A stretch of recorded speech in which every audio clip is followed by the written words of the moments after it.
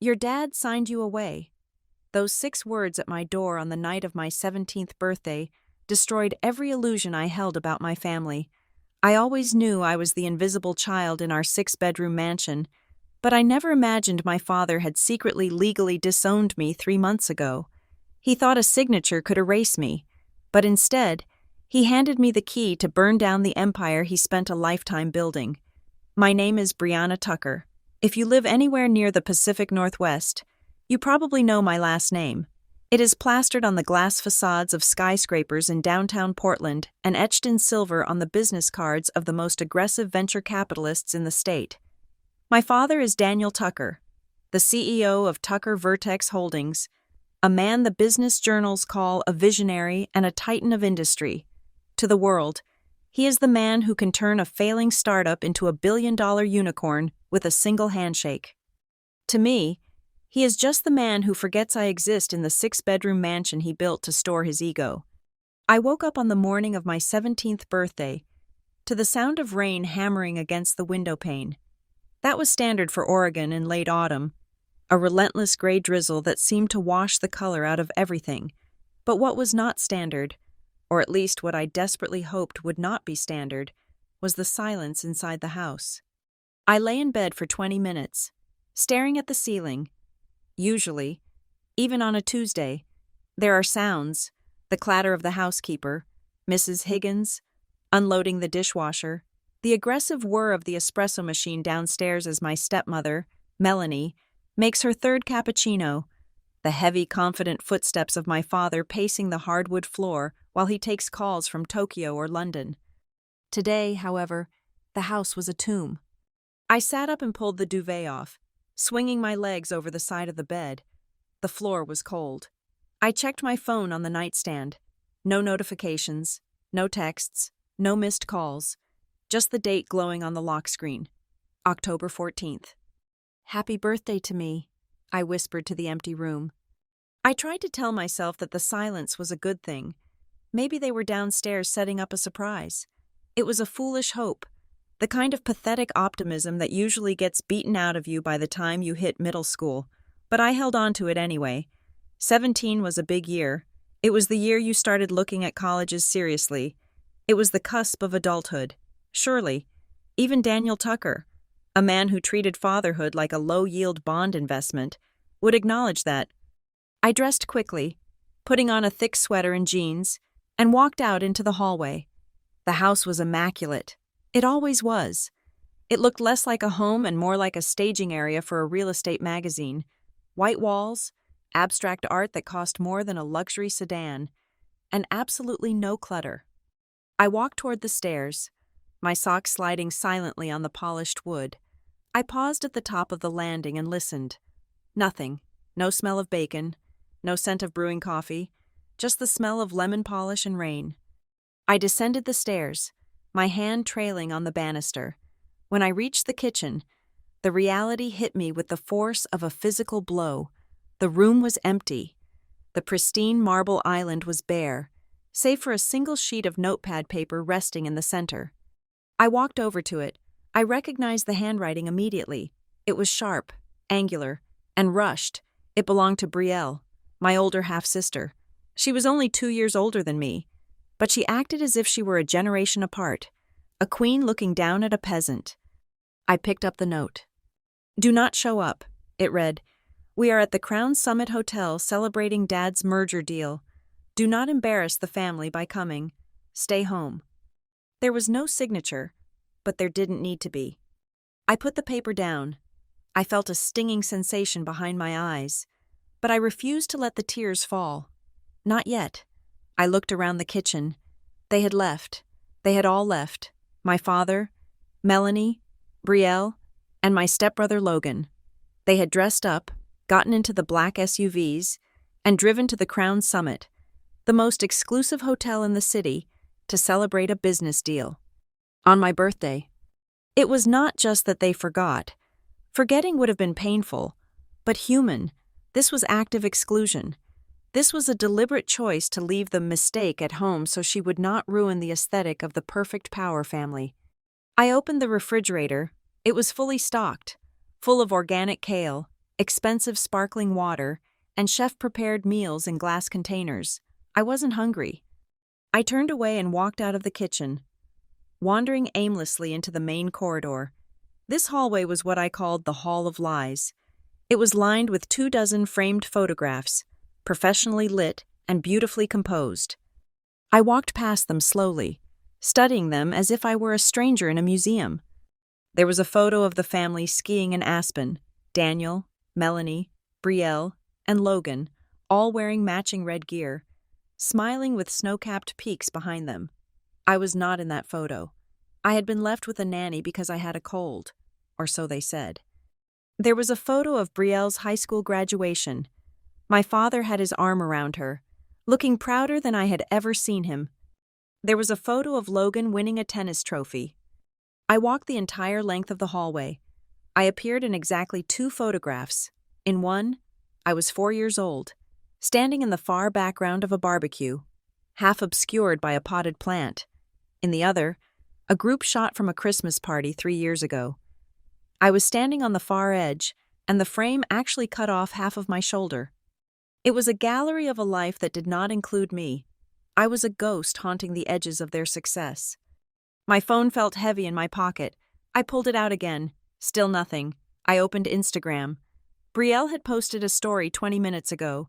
It was a video of them clinking champagne glasses in a private suite at the Crown's summit. My father was laughing, a rare booming sound. The caption read, "Power moves only. So proud of you, Dad." I turned off the phone and walked back upstairs. I needed to get away from those pictures. I needed to get away from the evidence of my own insignificance. I went into my bedroom and locked the door. I went to the closet and pulled down a shoebox from the top shelf. It was an old, battered thing, covered in faded floral paper. It was the only thing I had that felt real. Inside were the few remnants of my mother, Elena. She died when I was very young, before the empire, before the mansion, before Daniel Tucker became the cold titan he was today. I sat on the floor and opened the box. There was a silk scarf that still smelled faintly of vanilla and old paper. There was a silver rattle, and there was a letter. I had read this letter 1,000 times. The paper was soft from wear. The ink slightly faded. She had written it when she was sick, knowing she would not see me grow up. I unfolded it, my hands trembling slightly. "My dearest Brianna," it began. "If you are reading this, it means I am not there to brush your hair or dry your tears. But know this, my little star, you are strong. You come from a line of women who do not break. The world can be hard, and people can lose their way, even the people we love. But never let anyone tell you that you are less than whole. You are everything. You are my greatest legacy." I ran my thumb over the signature. Love, Mom. The contrast was agonizing. Here, on this yellowing piece of paper, was so much love it almost burned to touch it. Downstairs, in the cold, empty kitchen, was a note telling me to stay hidden. How could one person be so loved by a ghost and so despised by the living? I wiped my face. I would not cry for them. They did not deserve my grief. They barely deserved my anger. I sat there for hours as the gray light outside turned to the dark blue of evening. I watched the rain streak against the glass. I listened to the silence of the big, empty house. I imagined them at the party, the speeches, the applause, my father soaking up the adoration of the board members. I wondered if, for even a fraction of a second, he thought about the fact that his youngest daughter was sitting alone on her bedroom floor on the day she turned 17. Probably not. At exactly 7 o'clock in the evening, my phone buzzed against my thigh. I jumped. The sudden vibration was startling in the quiet room. I looked at the screen. It was a text message. The number was not saved in my contacts. It was a local area code, but I didn't recognize it. I unlocked the phone and opened the message. "Happy birthday, Brianna." My heart skipped a beat. Who was this? I read the next line. 7 at night. Do not open the door for anyone but your godmother. It was signed with 2 initials, AP. I stared at the screen. Godmother? I didn't have a godmother. I had never met a godmother. My father had never mentioned anyone like that.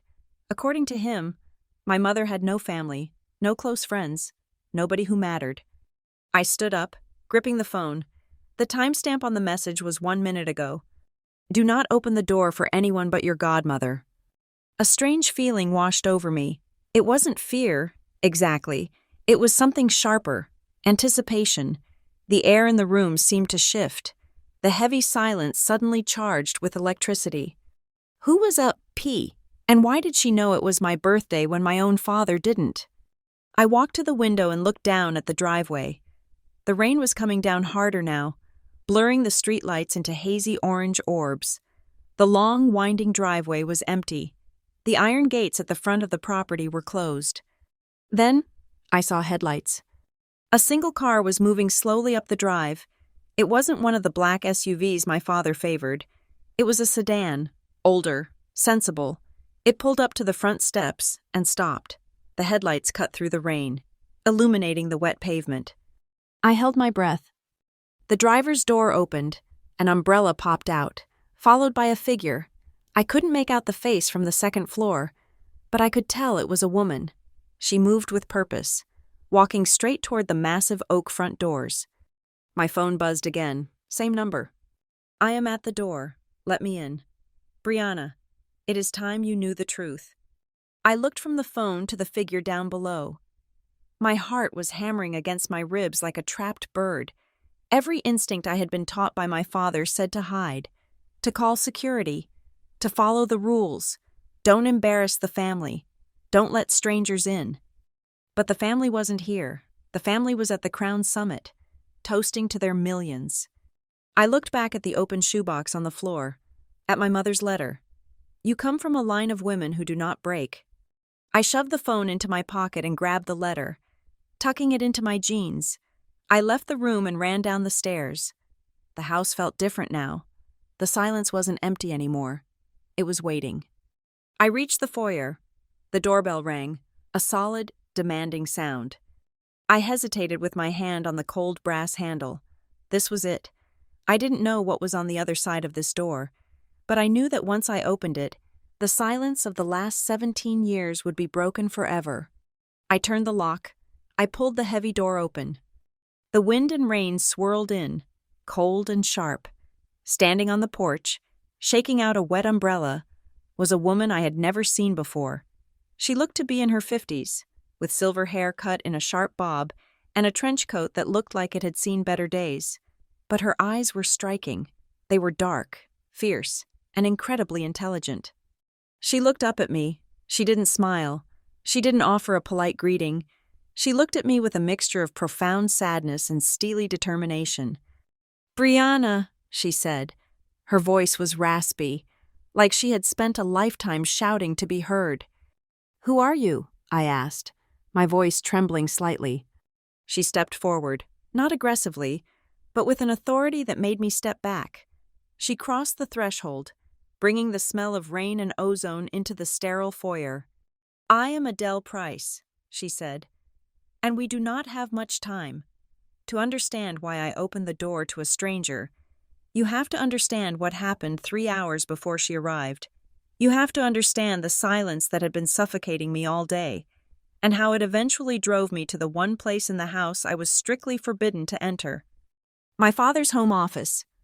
It was located at the end of the east wing, behind double mahogany doors that were usually locked tight, but today, the house was empty.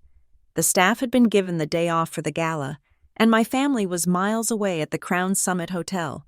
The silence in the house was so heavy, it felt like a physical weight, pressing against my chest, daring me to do something reckless. I walked down the hallway, my heart thudding a slow, heavy rhythm against my ribs. I tried the handle. It turned. He had forgotten to lock it, or perhaps he simply didn't care anymore. After all, why lock the door against a ghost? I pushed the door open and stepped inside.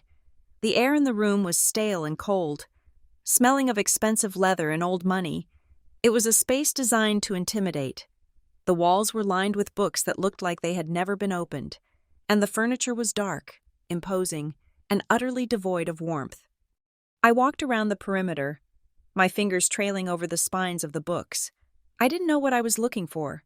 Maybe just a sign that he was human. Maybe a picture of me that he kept hidden away. Proof that he secretly loved me. I stopped at his desk.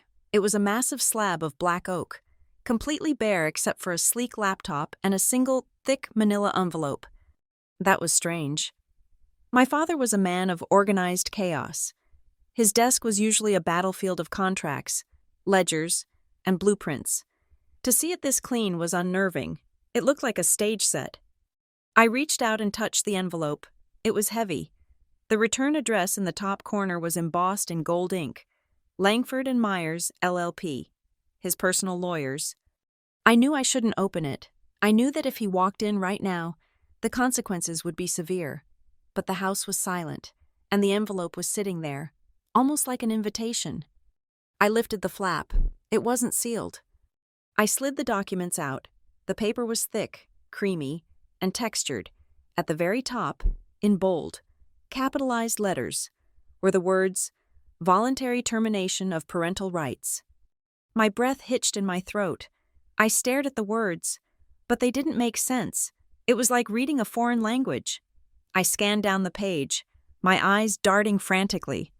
I, Daniel James Tucker, hereby voluntarily relinquish all parental rights, duties, and obligations regarding the minor child. Brianna Marie Tucker. I felt the blood drain from my face. My hands started to shake, rattling the paper. I flipped to the last page. There, at the bottom, was his signature. It was bold, sweeping, and decisive. It was dated 3 months ago, July 14th. I remembered that day. We had gone out to dinner with potential investors. He had introduced me as his daughter. He had smiled. He had played the part of the doting father while the ink on this paper was barely dry. He had fired me. He had fired me from being his daughter 3 months ago, and he hadn't even told me. Behind the legal document was a printout of an email chain between my father and his lead attorney, a man named Marcus Langford. Daniel. The email read, "We need to finalize the transfer of guardianship before her 17th birthday. The inheritance clause in the Elena Vance Trust explicitly states that the beneficiary must be under the care of a guardian with no conflict of interest. Once she turns 17, if you are still the legal guardian, the loophole closes, and the assets will be frozen until she is 25. If we move the guardianship now, we can argue that the trust terms are void due to change of circumstance." Inheritance? I leaned back against the desk, my legs feeling weak. I had never heard of an Elena Vance trust. Vance was my mother's maiden name.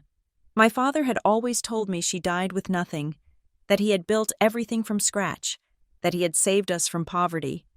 The inheritance clause will expire in 30 days. I looked at the date on the email. It was sent last week.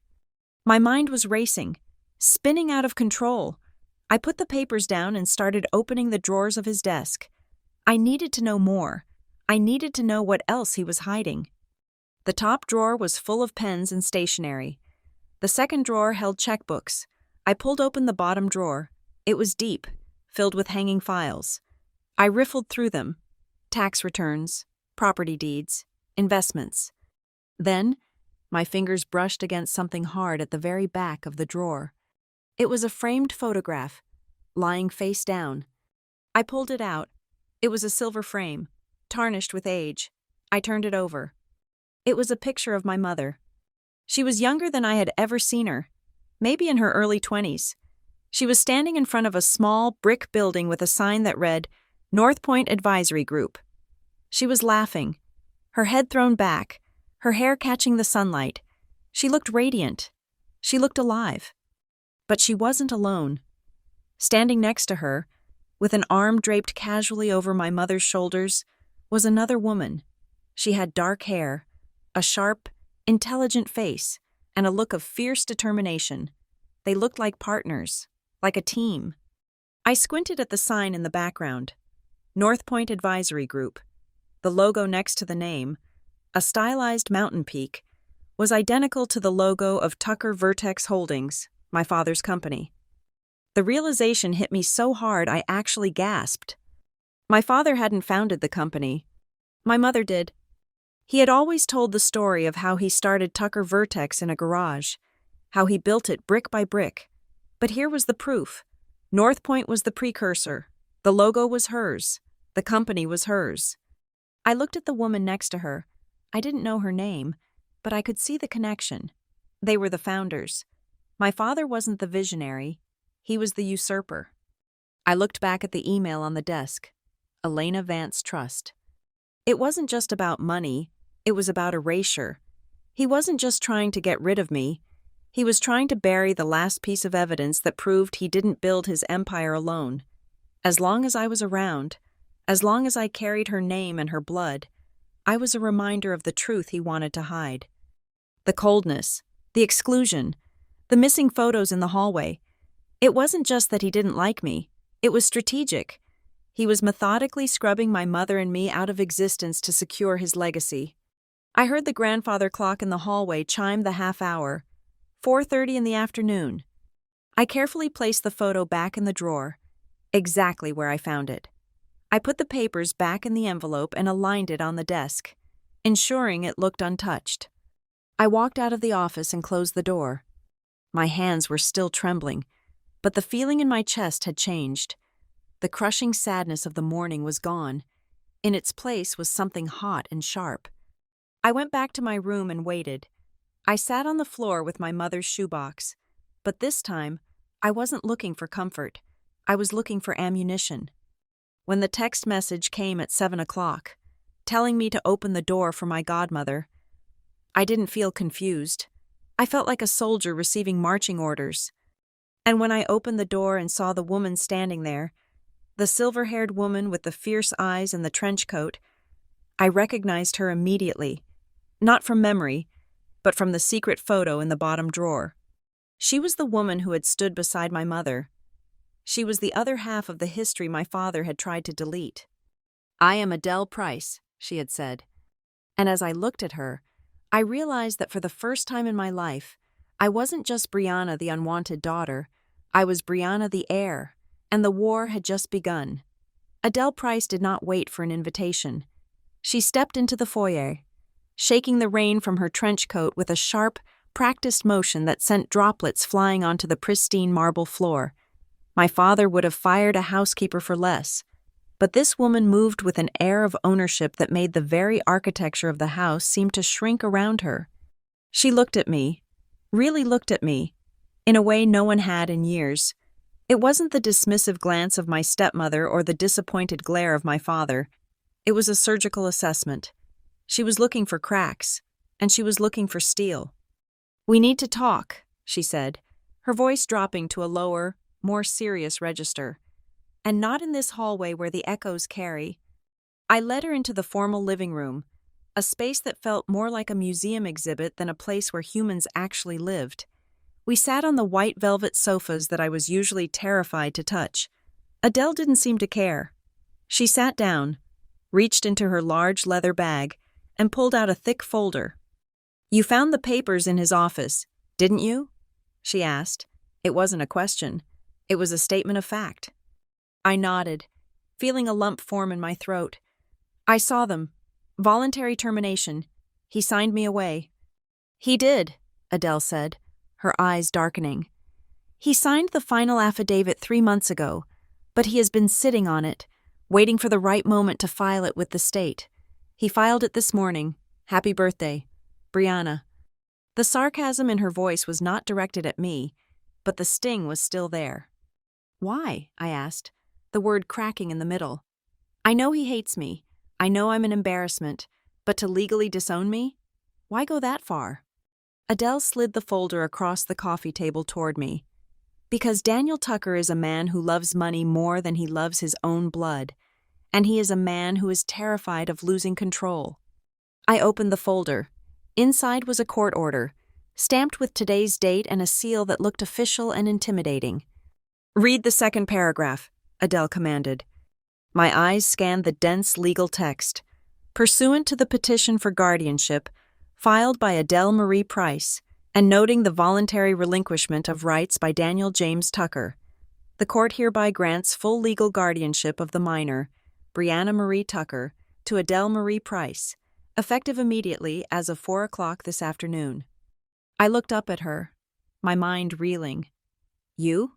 You're my guardian? I don't even know you. Your mother knew me, Adele said, her expression softening for the first time. We built North Point together. We built the foundation of everything this family claims to own. And when she got sick, she made me promise to watch over you.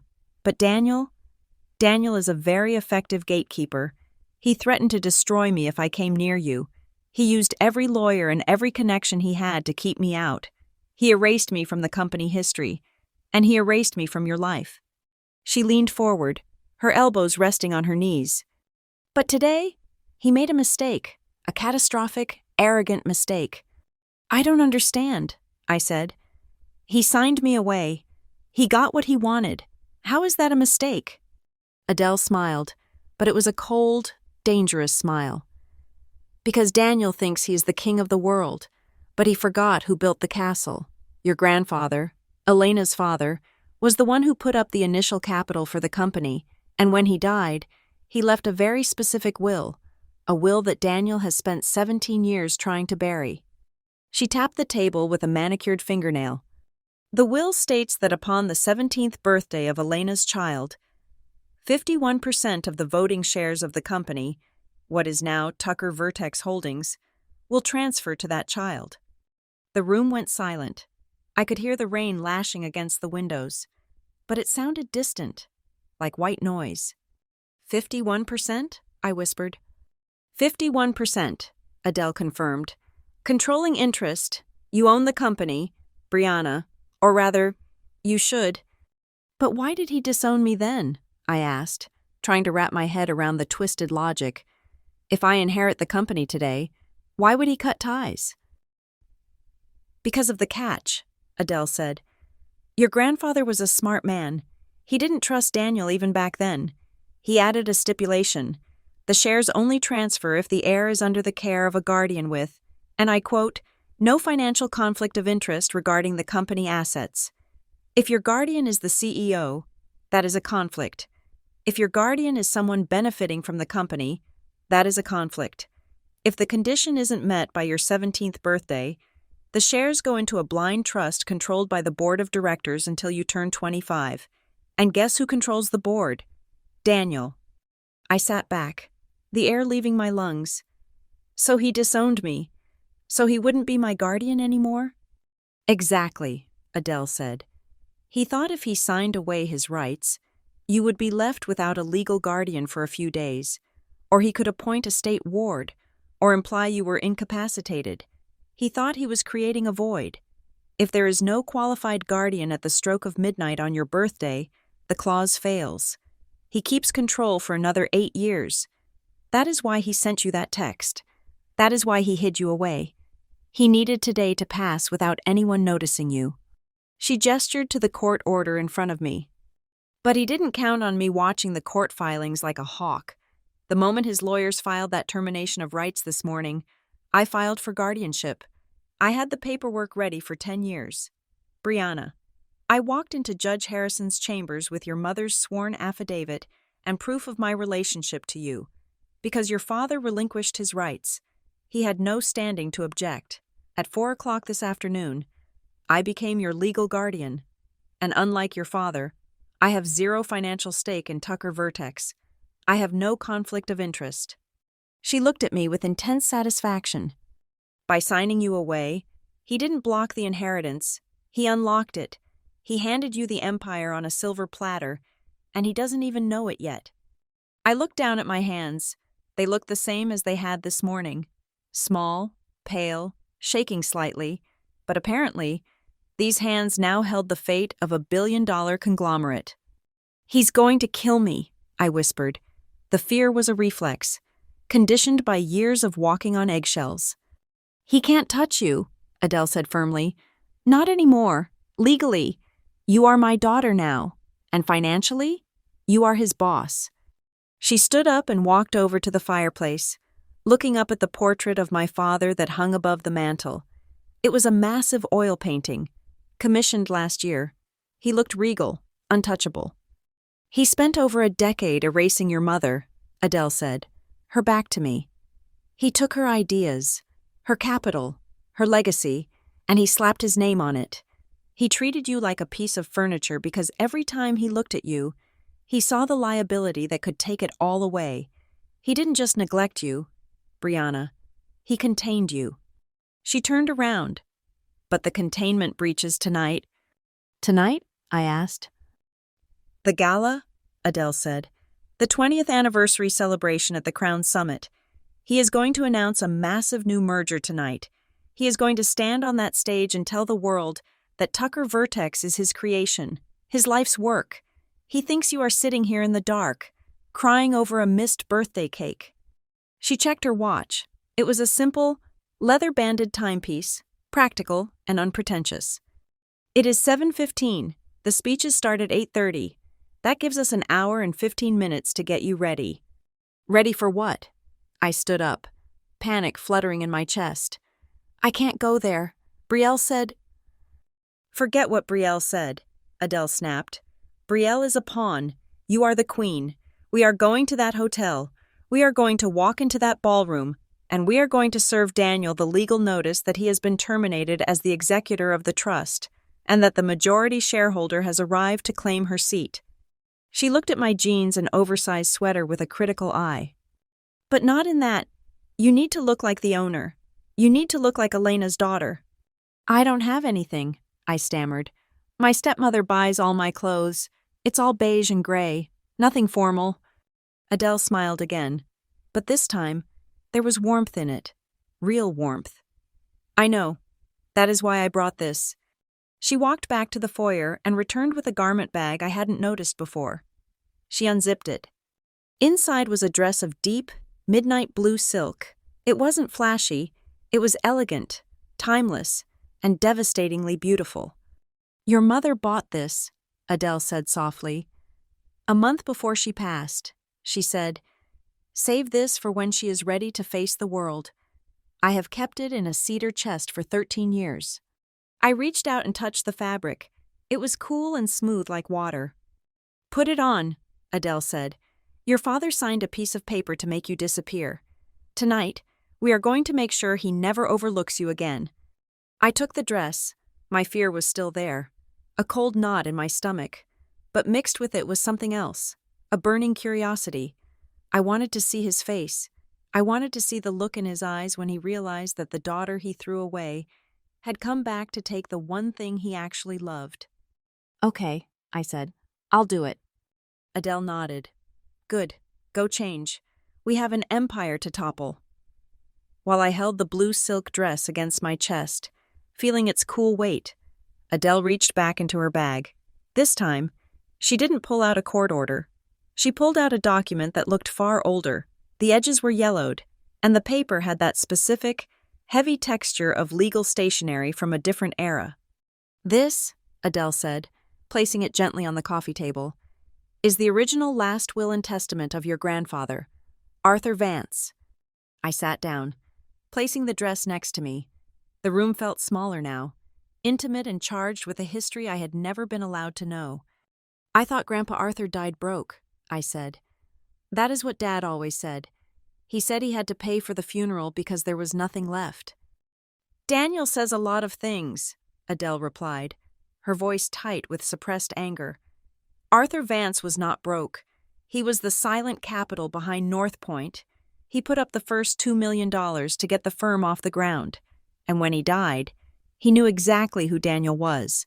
He knew Daniel was ambitious, but he also knew he was greedy. She flipped the document open to a page marked with a red sticky note. Read this clause, Clause 7A. I leaned in. The text was typed in an old-fashioned font, but the meaning was crystal clear. Upon the 17th birthday of the primary beneficiary, Brianna Marie Tucker, 51% of all voting shares in the entity currently known as North Point Advisory Group, or any successor entities, shall transfer immediately from the trust to the beneficiary. Successor entities, I whispered. That includes Tucker Vertex. It includes everything, Adele corrected. Every subsidiary, every holding, every asset under the Vertex umbrella, It all traces back to that initial investment, but here's the part that Daniel spent the last decade trying to outrun. She pointed to the paragraph below it. This transfer is conditional upon the beneficiary being under the guardianship of an individual with no direct financial interest in the company. Should the legal guardian be a sitting executive or shareholder, the shares shall remain in trust until the beneficiary reaches the age of 25. I looked up at her, the pieces finally clicking together with a terrifying precision. He needed to be my guardian to keep control, I realized, but he also needed to not be my guardian to steal the money. No, Adele shook her head. He needed to be your guardian to delay the transfer. As long as he was your father and your legal guardian, he had a conflict of interest.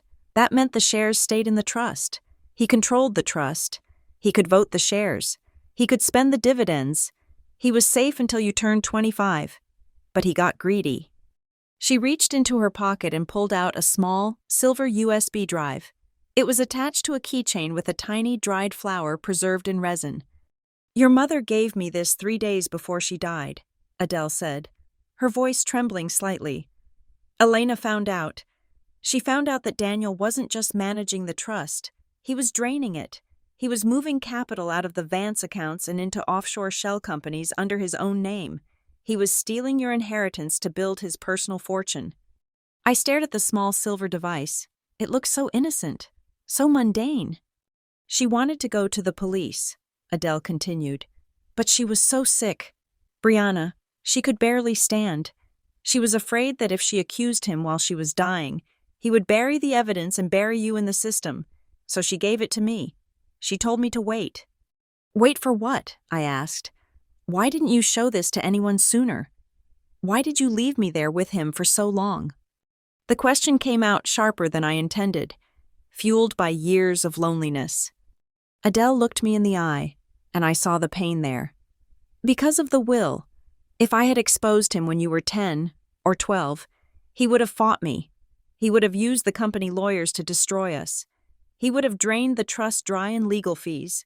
And most importantly, I couldn't trigger the inheritance clause. You had to be 17. She tapped the yellowed paper. The trap only works today. Daniel wanted to completely sever ties with you so he could claim he had no relationship with the heir, thinking that might let him manipulate the trust differently. He thought signing you away was a clever maneuver to bypass the conflict of interest clause while keeping the money. He didn't read the fine print. By signing that termination of rights, he removed himself as the obstacle. He vacated the position of guardian. She leaned in close. And by stepping in as your guardian today, I satisfied the condition. I have no financial interest in the company. I am a neutral party. The moment Judge Harrison signed that order at 4 o'clock, the condition was met, the trust dissolved, the shares transferred. She picked up the USB drive and pressed it into my hand. It was warm from her skin. You are not just a girl with a sad story anymore. Brianna, as of 4 hours ago, you are the majority shareholder of Tucker Vertex Holdings. And this drive?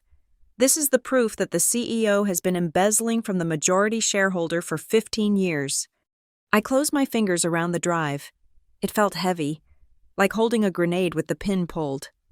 He doesn't know, I said. He has no idea, Adele confirmed. He is at the Crown Summit right now, shaking hands, drinking champagne, and preparing to announce the acquisition of a tech firm in Seattle. He thinks he is untouchable. He thinks you are at home, crying in your room. She stood up and pointed to the dress. Go put it on. We are not just going to a party. We are going to a board meeting, and you are going to be the one to call it to order. I took the dress and went into the downstairs bathroom.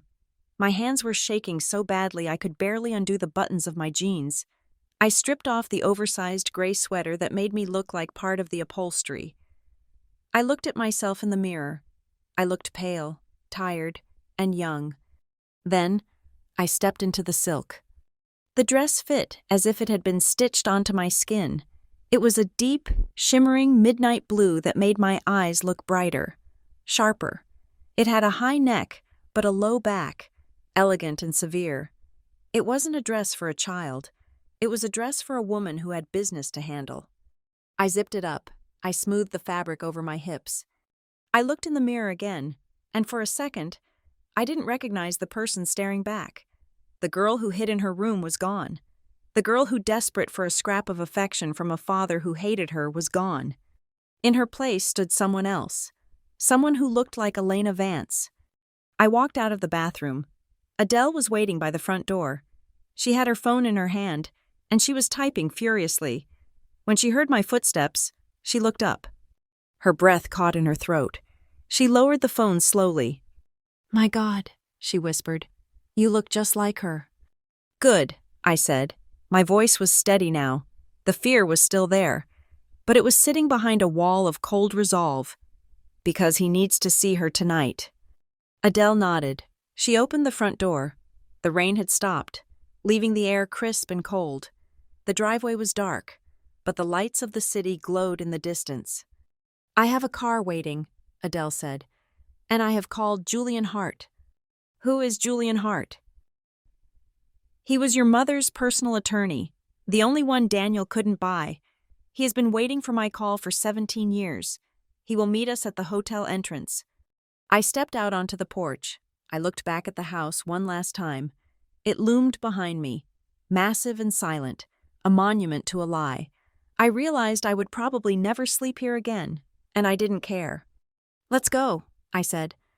We got into Adele's sedan. As we pulled out of the driveway, I clutched the silver USB drive in my hand. I thought about the text Brielle had sent me this morning. "Don't embarrass the family." I wasn't going to embarrass the family. I was going to expose it.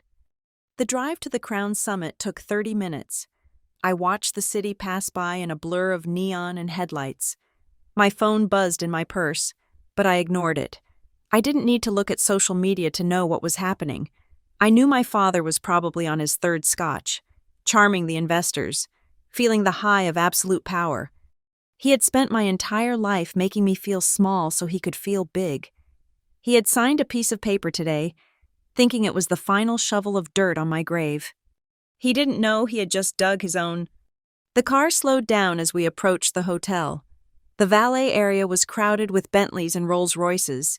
The entrance was flanked by security guards and red velvet ropes.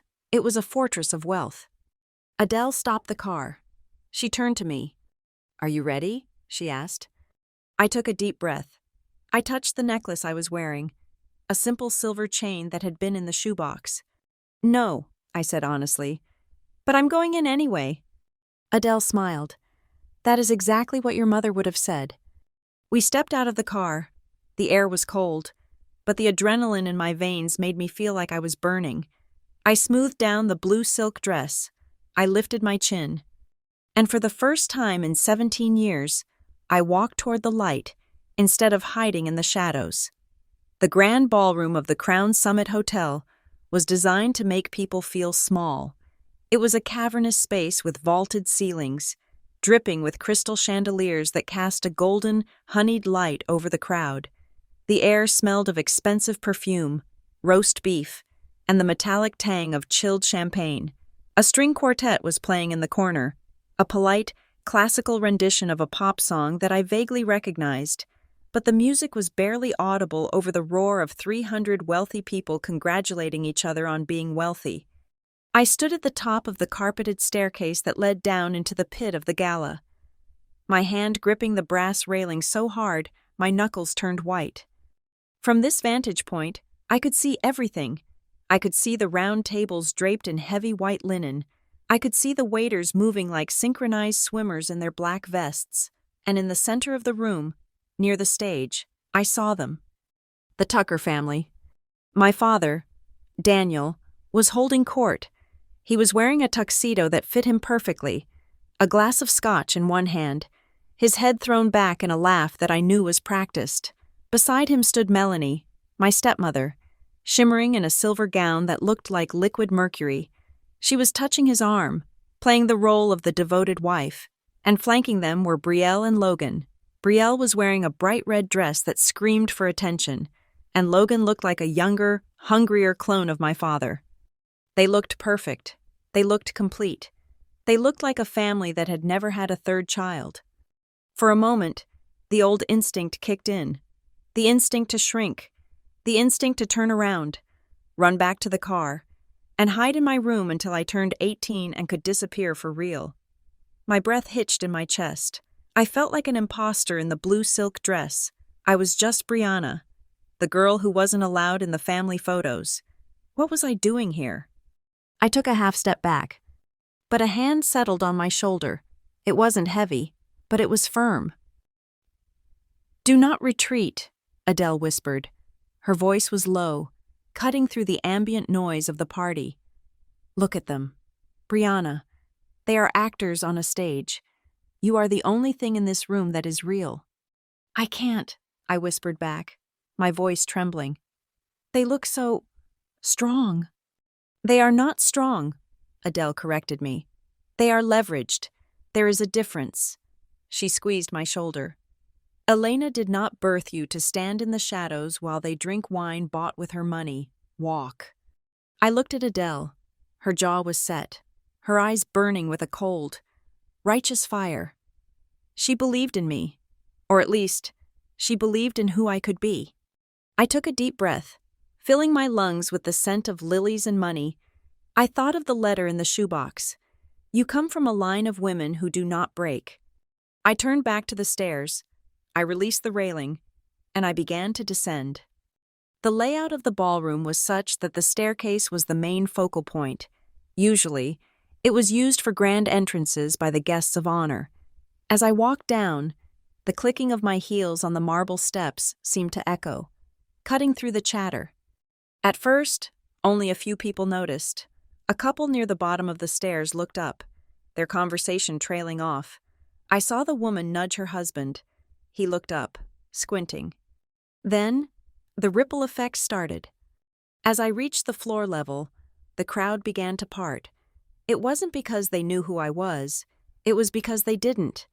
In a room where everyone knew everyone, where the same social circle had been recycling the same gossip for 20 years, a stranger was an event, especially a stranger wearing a vintage midnight blue silk gown that looked like it belonged in a museum, walking with a woman who looked like she was marching into battle. I kept my head high, fixing my eyes on a point just above my father's head. I could hear the whispers starting. "Who is that? Is that a model for the event? She looks familiar. Look at her eyes. Is that the Tucker girl? The youngest one? I thought she was away at boarding school, or sick. That's what Daniel always says." The whispers grew louder, a buzzing hive of curiosity. The path to the center of the room opened up, not out of respect, but out of shock. We were cutting a straight line toward the stage. We were about 20 feet away from the family circle when Brielle saw me. She was in the middle of taking a selfie with a group of debutantes. She lowered her phone, her smile freezing in place. Her eyes widened, not with happiness, but with pure, unadulterated horror. She tapped Logan on the shoulder. He turned, followed her gaze, and his face went slack.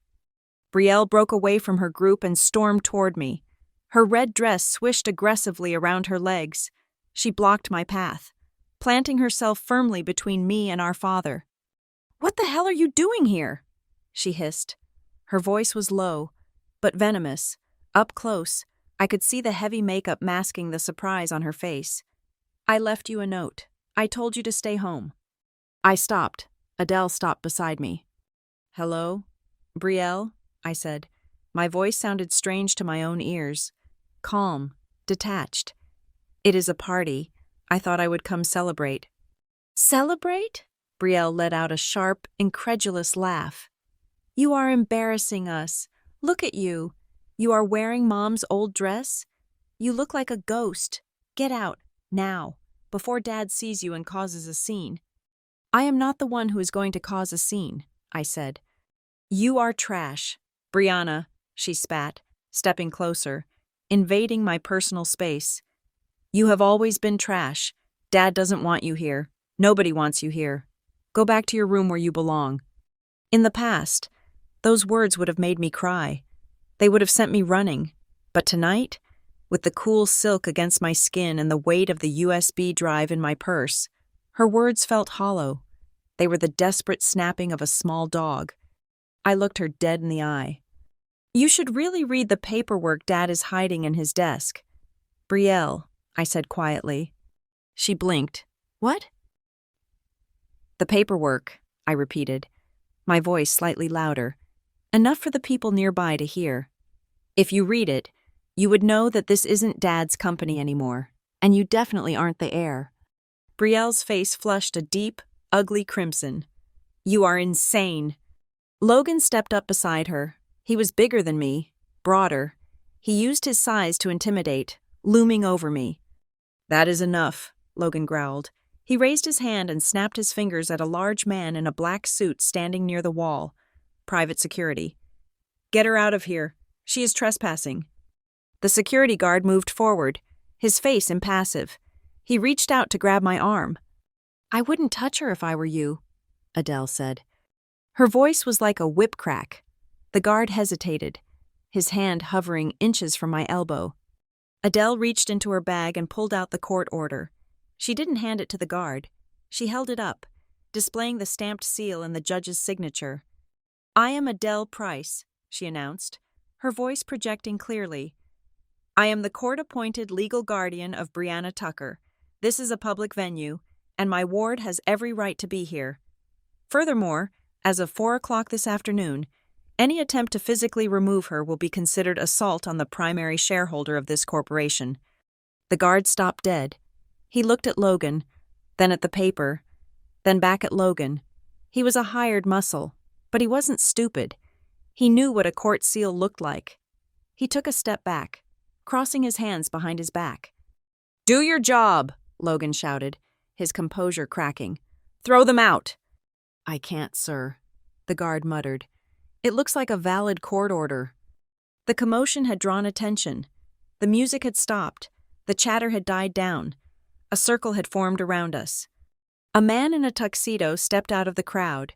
He was older, with white hair and a face lined with age. I recognized him from the website. Arthur Sterling, one of the original board members. He had been around since the beginning. He squinted at Adele, adjusting his glasses. Adele? He asked, his voice full of disbelief. Adele Price? Adele turned to him and nodded. Hello, Arthur. It has been a long time. My God, Mr. Sterling whispered. We thought Daniel said you moved to Europe. He said you wanted nothing to do with the company. Daniel said a lot of things, Adele replied, her eyes flicking toward the stage. Most of them were lies. The murmur in the room turned into a roar. The name Adele Price was being repeated. The older guests knew the name. They knew the history. And then I felt it, the weight of a gaze. I looked past Brielle, past Logan, past the confused security guard. My father was standing at the edge of the stage. He had lowered his microphone. He was looking directly at me. For years, I had seen only two expressions on his face when he looked at me, indifference or annoyance. But now, as he looked at me standing in the center of his gala, wearing my mother's dress, flanked by the woman he had tried to erase, his face was a mask of pure, unadulterated shock.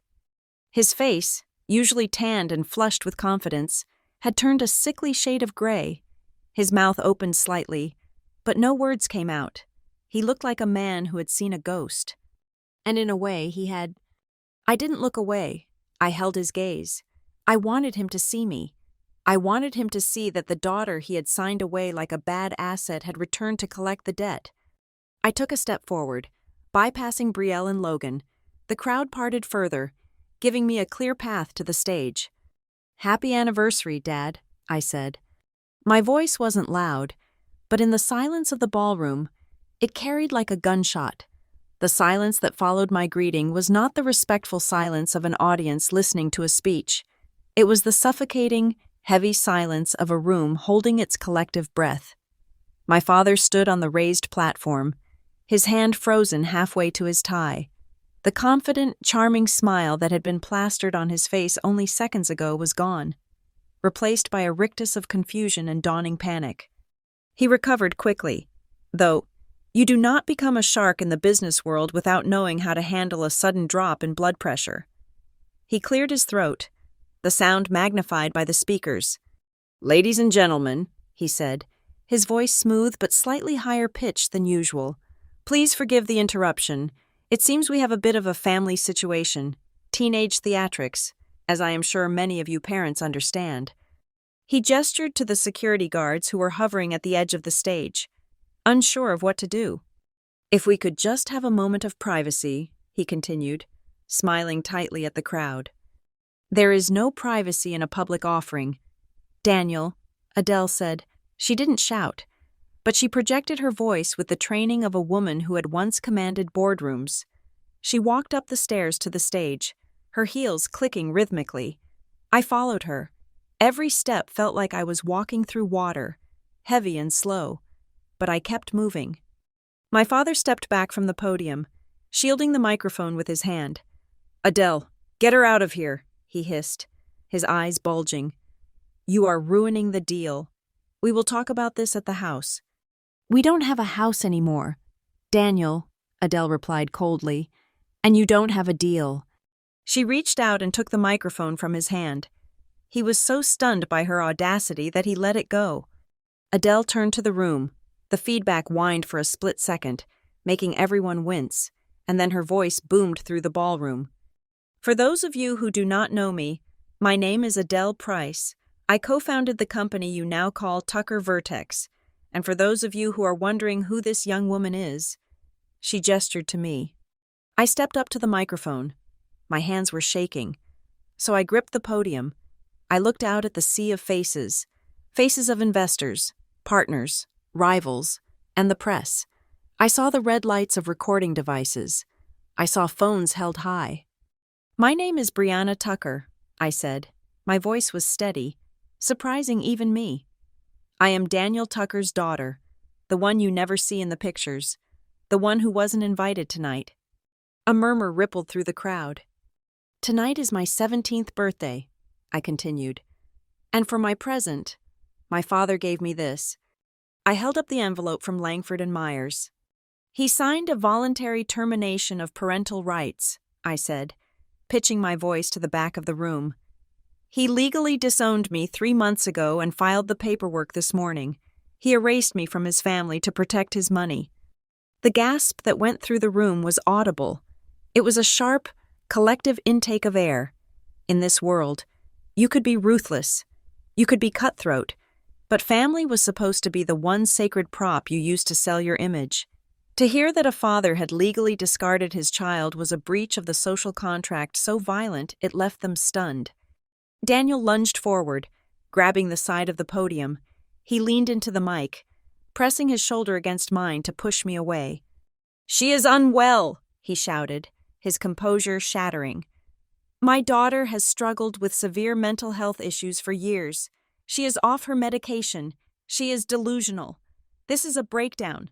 Please, out of respect for her privacy, stop filming." "I am not delusional. Daniel," I said, stepping back but not retreating. "And I am not the one who needs a doctor." "Security!" Daniel screamed, pointing at the guards.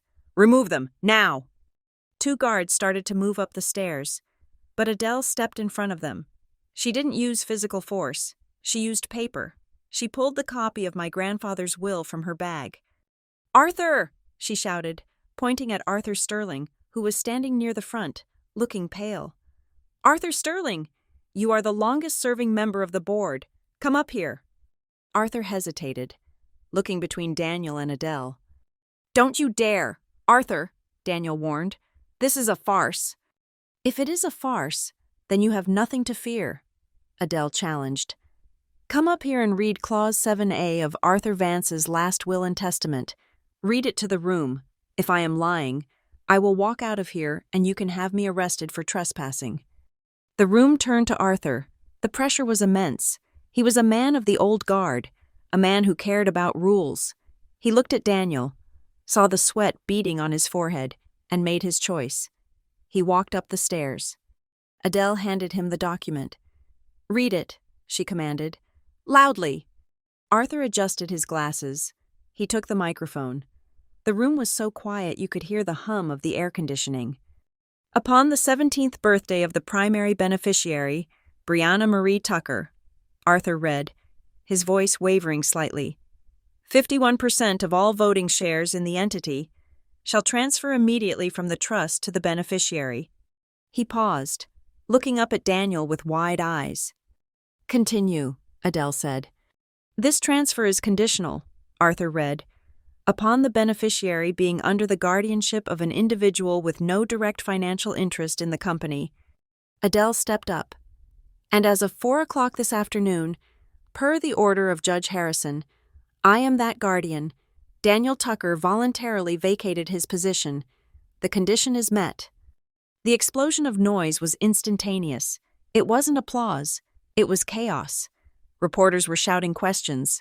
Photographers were blinding us with flashes. The live stream comments on the phones I could see in the front row must have been scrolling at light speed. This wasn't just a scene. It was a viral moment. The narrative had shifted instantly from troubled daughter crashes party to CEO accidentally hands company to disowned child.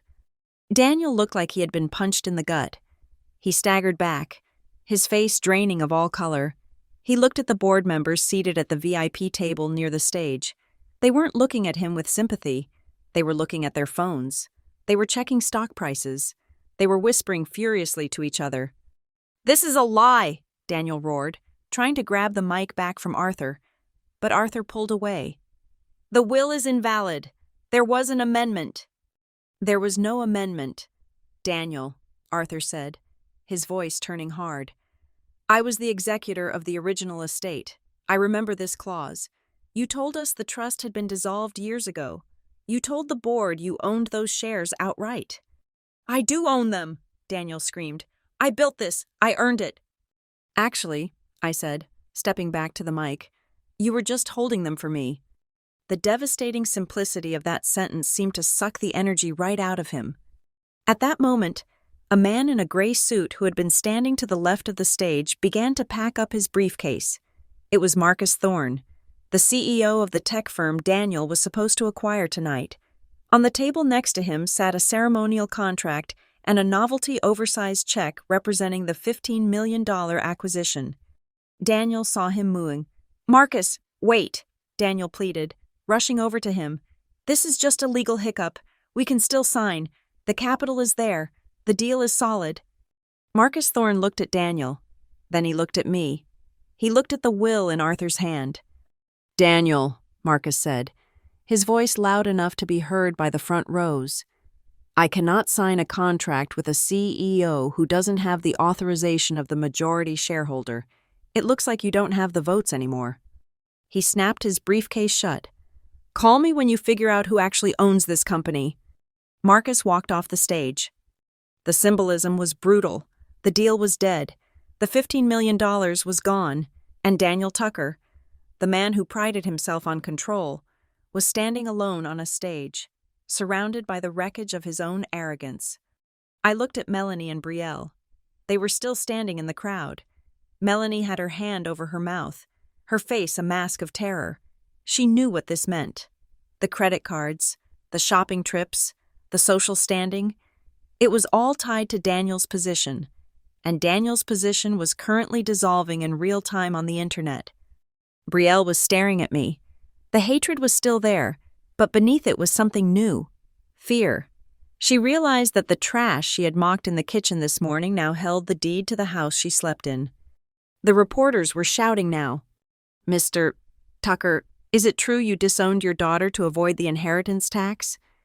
Brianna, are you planning to hostile take over your own father? Mr. Tucker, will you resign?" Daniel put his hands to his head. He looked wild, cornered. He needed a villain. He needed a scapegoat. He turned to me. His eyes were red, filled with a hatred so pure it made my blood run cold. "You ungrateful little brat," he snarled, forgetting the microphone was still live in Arthur's hand nearby. "I fed you, I clothed you, and this is how you repay me? By stealing my company?" "I didn't steal it, Dad," I said, my voice calm, contrasting sharply with his hysteria. "Mom left it to me. You just forgot to read the fine print before you threw me away." Arthur Sterling stepped forward, assuming the role of the adult in the room. He motioned to the other board members. I think we need to adjourn this gala, Arthur announced. The board of directors will convene an emergency meeting immediately in the conference room upstairs. Mr. Tucker, your attendance is mandatory. Ms. Price, Ms. Tucker, we will need you there as well. We will be there, Adele said. Daniel looked around the room, looking for an ally, but the eyes staring back at him were cold. He had lost the room. He had lost the narrative. And judging by the way the security guards were now looking at him, like a liability rather than a boss, he was about to lose a lot more. I watched him as the realization settled in. He wasn't the titan of industry anymore. He was just a man who had signed the wrong paper. Shall we? Adele offered me her arm. I took it. As we walked off the stage, the crowd parted for us again, but this time, there was no confusion. This time, there was respect. I wasn't the invisible girl anymore. I was the one holding the pen.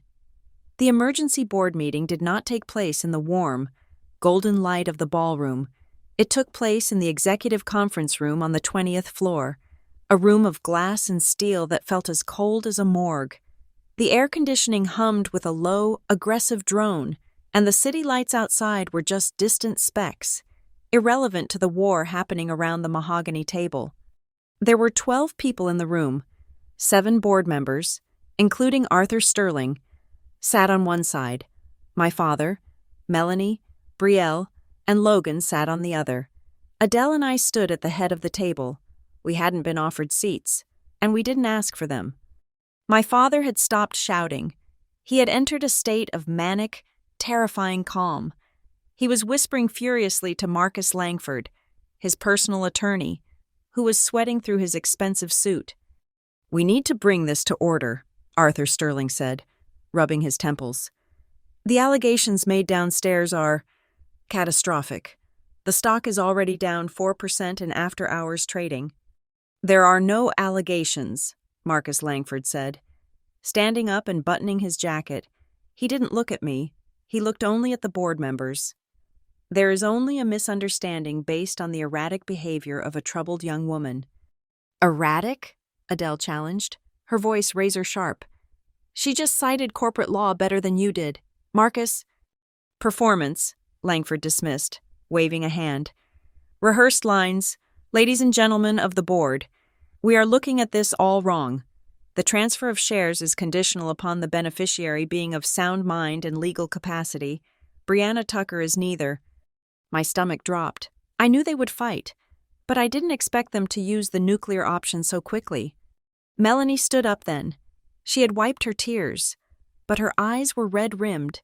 She looked fragile, maternal, and completely fake. "I didn't want to discuss this publicly," Melanie said, her voice trembling with practiced sorrow. "We have tried so hard to protect Brianna's dignity, but she has been unwell for years. Since she was 14, she has suffered from severe delusions, paranoia. She invents stories about persecution. She believes we are trying to hurt her." She looked at me with a pity that made me want to scream. "Oh, Brianna, honey," she cooed, "we just want you to get help. Remember the incident last summer, when you claimed the walls were listening?" "I never said that," I said, my voice shaking with rage. "I said you were listening at my door." "See?" Melanie turned to the board, spreading her hands. "Paranoia. We have documentation. We have psychiatric evaluations from the Highland Creek Wellness Center, stating clearly that Brianna requires full-time supervision and is not competent to manage her own finances, let alone a corporation." Langford slid a thick black binder across the table toward Arthur Sterling. "Medical records," Langford said. "Diagnoses of borderline personality disorder and acute delusional episodes, dated over the last 3 years. Under the bylaws of the trust, a beneficiary deemed mentally incapacitated cannot inherit. The shares revert to the trustee. That is Daniel." The board members looked at the binder. I saw the doubt creeping into their eyes. They knew Daniel was a shark, but a medical record? That was hard evidence. I looked at my father. He was watching me with a smug, reptilian satisfaction. He thought he had won. He thought that by painting me as crazy, He could neutralize the truth. "It is a good narrative," Adele said, her voice cutting through the tension. "Except for one problem." She reached into her bag. She didn't pull out a binder. She pulled out a single, thin file folder. "Highland Creek Wellness Center," Adele said, holding up a piece of paper. "An exclusive, private facility in Vermont. Very expensive, very discreet. And, as of last month, under federal investigation for insurance fraud and falsifying patient records for wealthy clients." Daniel's smug expression flickered. "That is a lie," he snapped. "Is it?" Adele pulled out a printed email. "This is an affidavit from Sarah Jenkins. She was the head intake nurse at Highland Creek for 5 years. I tracked her down 3 days ago." Adele put on her reading glasses. The movement was deliberate, calm, and terrifyingly efficient. "I will read it for the record," she said. "To whom it may concern, regarding the inquiry about patient Brianna Tucker, I have reviewed our internal logs from 2022 to the present. While billing records show payments made by a Daniel Tucker for inpatient treatment, no patient by the name of Brianna Tucker was ever admitted to our facility. No bed was assigned. No medication was dispensed. The psychiatric evaluations on file were signed by Dr. Aris Thorne, who lost his license 6 weeks ago for selling diagnoses to parents involved in custody battles." The room went dead silent. The hum of the air conditioner seemed to roar. Arthur Sterling looked up from the black binder Melanie had given him. He looked at it as if it were radioactive. "You bought the diagnosis," I said, looking at my father. "You paid them to write that I was crazy. You were planning this for years." "She is lying!" Daniel slammed his hand on the table, standing up. "That woman is a stranger. She is manipulating you all." "Sit down, Daniel," Arthur said. His voice wasn't polite anymore. It was the voice of a man who realized his own reputation was about to be dragged into a criminal investigation. "I am not done," Adele said. She turned a page in her folder. "The nurse's testimony proves the records are fake, but this proves the intent." She held up another email. This one had the header of Tucker Vertex Holdings. "This is an email sent from Daniel Tucker to Marcus Langford, dated February 12th of this year." Langford went pale. He reached out as if to grab the paper, but stopped himself. Adele read clearly, enunciating every word. "Marcus, the 17th birthday is approaching. The trust is ironclad on the age, but vague on capacity. If we can prove she has significant mental health issues, the will is void. Get me the paperwork from Highland Creek. I don't care what it costs. Just make sure the diagnosis is permanent. I need her legally neutralized before October 14th. "Legally neutralized." I repeated the words. They hung in the air, cold and brutal. I looked at Brielle. She was sitting next to Melanie, but she had pulled away. She was staring at her father with wide, horrified eyes. She had been mean to me. She had been dismissive. But she had believed the lie. She had believed I was actually difficult or troubled. Now, hearing that her father had paid to fabricate a mental illness just to keep money? That was a line she hadn't known existed. "Dad?" Brielle whispered. "Is that real?" "Of course not," Daniel shouted, but his voice cracked. "They hacked my email. They altered it. This is corporate espionage." Logan, who had been seething in silence, suddenly stood up. He didn't look at the evidence. He looked at me.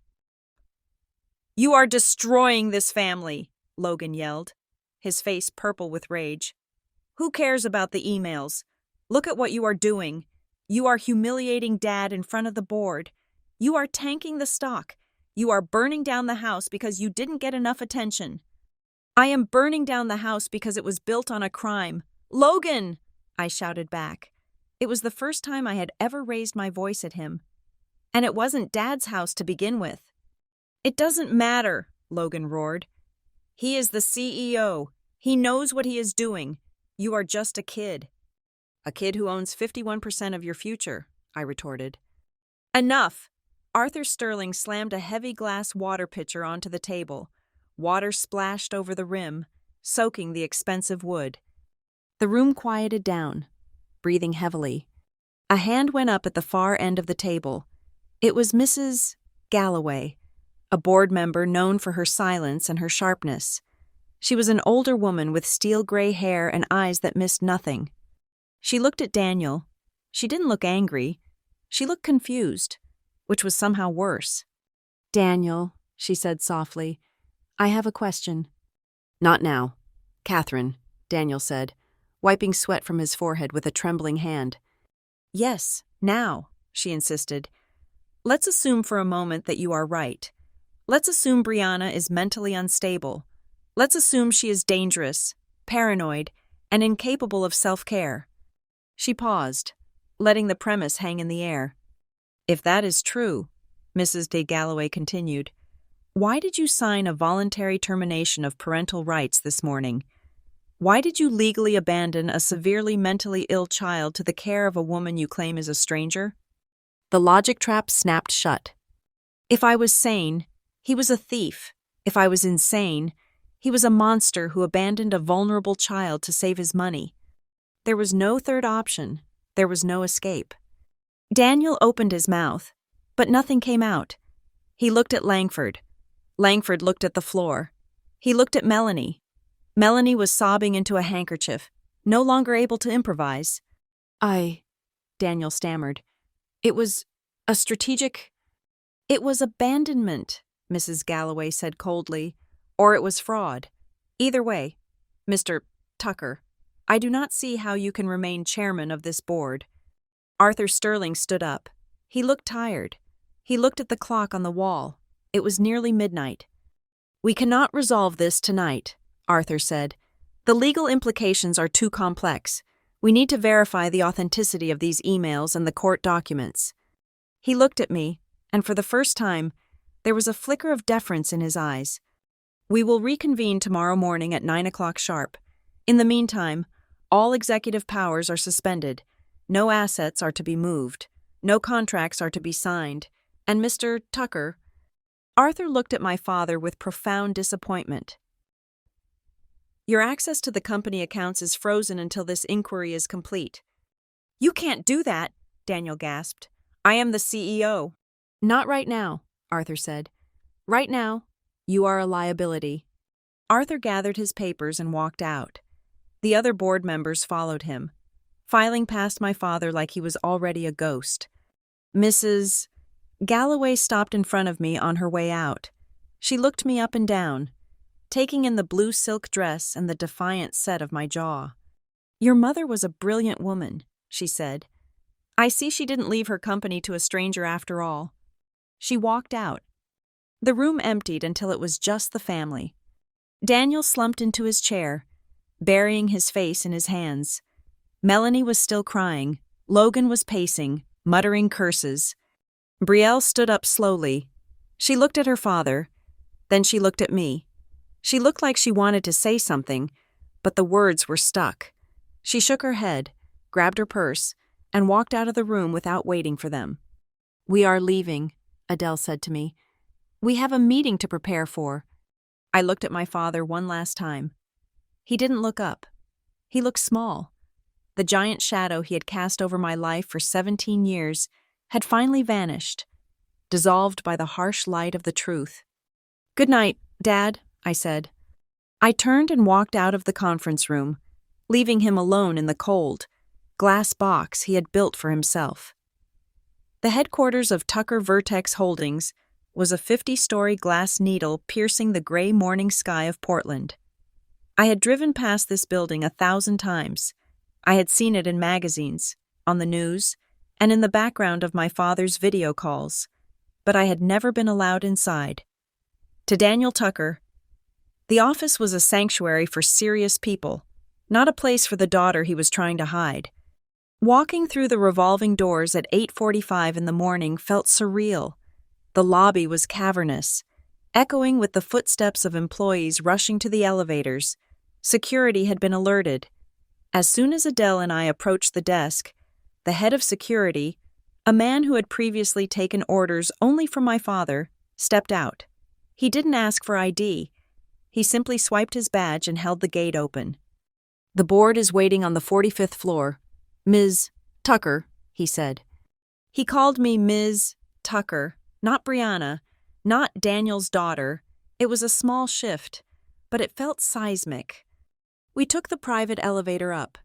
My stomach was twisting in knots, but I kept my face impassive. I was wearing a charcoal blazer Adele had bought for me late last night. Tailored and sharp, I looked the part, even if I felt like I was vibrating apart on the inside. The conference room was different from the one at the hotel. This was the seat of power. The table was longer, the view more commanding. The entire board of directors was present. My father sat at the far end, looking haggard. He hadn't slept. His eyes were bloodshot, his tie slightly askew. Melanie was absent, presumably doing damage control with the press. Brielle and Logan sat behind him, looking like children waiting for the principal. But there was a new face in the room, a woman with kind eyes and a stethoscope around her neck. "This is Dr. Evans," Arthur Sterling said, skipping the pleasantries. "She is an independent forensic psychiatrist retained by the board late last night. Before we proceed with any legal arguments regarding the shares, we need to settle the medical question once and for all." My father scoffed, leaning back in his chair. "You are wasting time. I told you. She is unstable. She puts on a good show, but she will crack." "Then let's test that theory," Dr. Evans said calmly. The evaluation took 45 minutes. The board watched in silence as she asked me questions. They weren't simple questions. She asked about current events, about the company's stock history, about the logic of the will.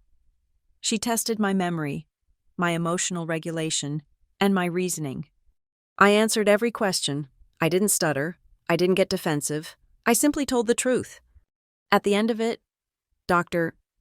Evans turned to Arthur Sterling. "Mr. Sterling," she said, closing her notebook. "In my professional opinion, Brianna Tucker is fully oriented, highly intelligent, and exhibits zero signs of delusion or psychosis. She is competent. Any records suggesting otherwise are, in my view, complete fabrications." The air left the room. My father's primary defense, the crazy daughter narrative, had just evaporated. "Thank you, Doctor," Arthur said. He turned to Adele. "Ms. Price, you said you had evidence regarding the timeline?" Adele stood up. She walked to the front of the room and connected her laptop to the main projector. A timeline appeared on the screen. Stark and damning. "Daniel claims he built this company," Adele began. "But the dates tell a different story." She walked them through it. The incorporation of North Point, the initial capital injection from my grandfather, the name changed to Tucker Vertex exactly 2 weeks after my mother's funeral. "He didn't build it," Adele said.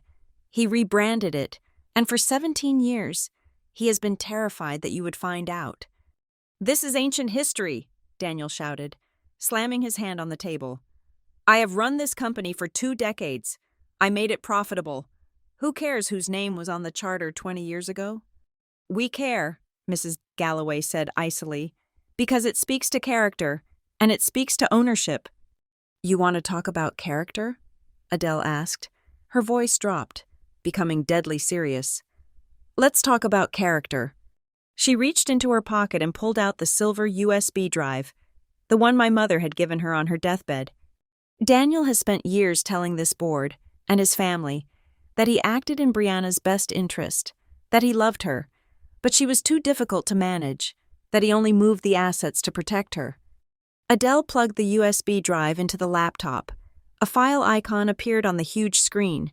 It was an audio file, dated shortly before my mother died. "We had this audio analyzed by a forensic audio specialist this morning," Adele said. "It is authentic, it is unedited, and it is the conversation that made Elena Vance realize she had to hide her daughter's inheritance." She pressed play. Static filled the room for a second, followed by the sound of a door slamming. Then, my father's voice.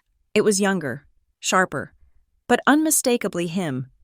"Stop crying, Elena. It is pathetic." Then, my mother's voice, weak, breathless, broken. "Daniel, please, the trust fund. It is for her education. It is for her future. You cannot move that money into the expansion account. I can do whatever I want, Daniel's voice roared from the speakers. I am the one doing the work. I am the one shaking the hands. Why should that money sit there for a brat I never even wanted? The room went dead still. I felt a cold numbness spread through my chest. I had always known he didn't like me, but hearing him say it, hearing him scream it at my dying mother, was a physical blow. The recording continued. She is your daughter, my mother wept. She is a liability, Daniel spat. She is an expense, and once you are gone, do you think I am going to let a toddler stand in the way of my company? I will sign whatever I have to sign to get that capital, and if she gets in my way, I will ship her off to boarding school so fast her head will spin. You don't love her, my mother whispered. Love? Daniel laughed. It was a cruel, hollow sound. I love success. Elena, Brianna is just collateral damage. Adele stopped the recording. The silence that followed was heavy, suffocating. It was the sound of a room full of people realizing they had been shaking hands with a monster. I looked at my hands. They were trembling. I couldn't stop them. The tears were hot in my eyes, blurring my vision. I felt like I was 4 years old again, hiding in the closet, waiting for the shouting to stop. That is fake, Daniel whispered, but his voice had no power. It is AI. It is a deep fake. It was recorded on an analog device in the early 2000s, Adele said calmly. It is impossible to deepfake that magnetic signature. We have the expert's report right here. I felt a sob rising in my throat. I wanted to run out of the room. I wanted to find a dark corner and curl up. The shame of being unwanted, the shame of being collateral damage, was burning me alive. But then I looked at the screen. I saw the date of the file. My mother had saved this. She had endured this pain, recorded it, and hidden it, just so I would have a weapon one day. She hadn't broken. You come from a line of women who do not break. I took a deep breath. It was shaky, audible in the quiet room. I reached up and wiped the tears from my cheeks. I didn't try to hide it. I let them see the pain, but I also let them see what I did with it. I placed my hands flat on the table and pushed myself up. I stood. He called me an expense, I said. My voice wavered on the first word, but then it steadied. He called me collateral damage, and for 17 years, he treated me exactly like that. He erased me from the pictures. He erased me from his life, and yesterday, he tried to erase me legally. I looked directly at the board members, making eye contact with each of them. But you heard the tape. He didn't do it because I was crazy. He didn't do it because he was protecting me. He did it because he loved his success more than his own child. I turned to Daniel. He was staring at the table, unable to meet my gaze. You said I was an expense, Dad, I said softly. Well, today the bill is due. The door to the conference room opened. A man walked in. He was elderly, walking with a cane, but he wore a suit that cost more than my father's car. He carried a leather briefcase that looked like it had seen 100 courtrooms. Mr. Julian Hart, Arthur Sterling said, standing up out of respect. Julian Hart was a legend in corporate law. He had been my grandfather's attorney. I apologize for the delay, Julian said. His voice was gravelly and warm. He walked over to me and nodded. Hello, Brianna? You look like her. He placed a heavy stack of documents on the table. I have reviewed the voluntary termination of rights filed by Mr. Tucker. I have reviewed the guardianship order granted to Ms. Price, and I have the original trust documents. He looked at the board. The law is not ambiguous here. The constructive trust triggered the moment Mr. Tucker signed those papers. He abdicated his fiduciary duty. Legally, Brianna Tucker has been the majority shareholder since 4 o'clock yesterday afternoon. Any actions taken by Daniel Tucker since that moment are unauthorized. He turned to Daniel. You are trespassing in her chair, Daniel. Arthur Sterling looked at the other board members. They nodded. It was a silent consensus. The evidence was overwhelming. The medical report, the recording, the legal interpretation. It was a landslide. The board needs to deliberate, Arthur announced. In private, we ask that all non-board members clear the room. Adele touched my arm. Let's go. We walked out into the hallway. The heavy glass doors closed behind us, muting the conversation that erupted inside. I leaned against the wall, feeling the adrenaline crash. My knees felt weak. The door opened again, and Brielle and Logan walked out. Logan looked furious, storming down the hallway toward the elevators without a word. He couldn't handle the reality check. But Brielle stopped. She stood there in her designer dress, clutching her purse. She looked at me. For the first time, I saw the resemblance between us. We had the same nose, the same chin. She looked at the closed door of the conference room, then back at me. I didn't know, she said. Her voice was small. Didn't know what? I asked tiredly. The recording, she said. I knew he was tough. I knew he was obsessed with the business. But I didn't know he said that. About you. About Mom. She swallowed hard. He always told us you were sick, she continued. He said you needed distance. He said we shouldn't get close to you because you would just break our hearts when you had an episode. I thought I was protecting the family reputation. You were protecting a lie, Brielle, I said. I know, she whispered. Tears welled up in her eyes, wrecking her perfect mascara. If I had known he spoke to her like that, if I had known he called you collateral damage, I wouldn't have left that note in the kitchen. I wouldn't have treated you like a ghost. It wasn't a full apology. It wasn't forgiveness. Years of cruelty don't vanish in a minute. But it was a crack in the wall. The villain wasn't me anymore. The villain was the man sitting inside that room, waiting to be fired. We will find out the verdict tonight, I said. Arthur said they will release a statement at 6. Brielle nodded. She looked at me, really looked at me, searching for the sister she had been told didn't exist. You really own it all? She asked. 51%? Yes, I said. Then I guess I work for you now, she said with a humorless laugh. She turned and walked toward the elevator, leaving me standing in the hallway with Adele. Adele put her arm around me. You did it, she said softly. You stood up. You let them see the truth. Is it over? I asked. Almost, Adele said, looking at the closed doors. Daniel is a cornered animal. He will try one last thing, but you are ready for it. I looked at the glass doors. I was ready. I wasn't the girl in the shoebox anymore. I was the CEO, and I was just getting started.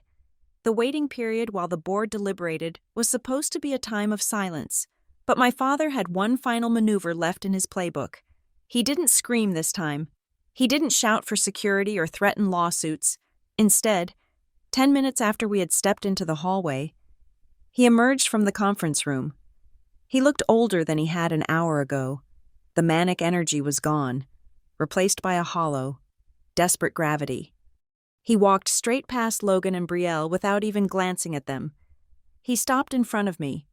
I want a private conversation, he said. His voice was rough, like he had been swallowing glass. Just you, me, and your guardian. 10 minutes, in the anteroom. We have nothing to say to you, Daniel, Adele said, stepping slightly in front of me. I think you do, my father replied. His eyes locked on mine. Unless you want to spend the next 5 years in litigation that will bankrupt the company before Brianna ever sees a dime, I am offering a settlement, a clean exit. I looked at Adele. She gave me a tiny, almost imperceptible nod. It was a sign of respect. She was letting me decide the terms of engagement. 10 minutes, I said. We moved into a small, glass-walled office adjacent to the main boardroom. It was soundproof, designed for sensitive negotiations. Julian Hart, my mother's attorney, followed us in silently and stood by the door, a silent sentinel with his briefcase.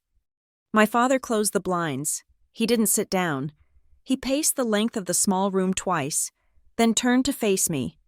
Let's cut the theatrics, he said. You won today. You embarrassed me. You proved your point. Congratulations. You are your mother's daughter. I am nothing like you, I said coldly. No, you are not, he agreed. And for the first time, I didn't hear malice. I heard pity. You are soft, Brianna. You are sensitive. I saw your face when that tape played. You were shaking. You were terrified. He leaned against the edge of the desk, crossing his arms. Do you have any idea what it actually takes to run a multi-billion-dollar conglomerate? Do you think it is just galas and ribbons? It is war, every single day. It is sharks like Marcus Thorne trying to eat you alive. It is unions, lawsuits, regulators, and shareholders screaming for blood if the stock dips by a fraction of a point. It is 18-hour days and 0 friends. He gestured to the window, to the city below. You are 17 years old. Do you really want to spend your youth reading actuarial tables and fighting hostile takeovers? They will crush you. Brianna, the board is polite now because they are shocked. But give them a month. They will see a teenager with no experience, and they will tear you apart piece by piece. You will be miserable. You will end up hating your mother for leaving you this burden. I stayed silent. His words were landing. The adrenaline of the morning was wearing off, and the reality was setting in. I was a high school student. I didn't know how to read a balance sheet. I didn't know how to negotiate a merger. The thought of walking into this building every day, surrounded by people waiting for me to fail, made my stomach turn. Daniel saw the hesitation in my eyes. He was a master closer, and he sensed the opening.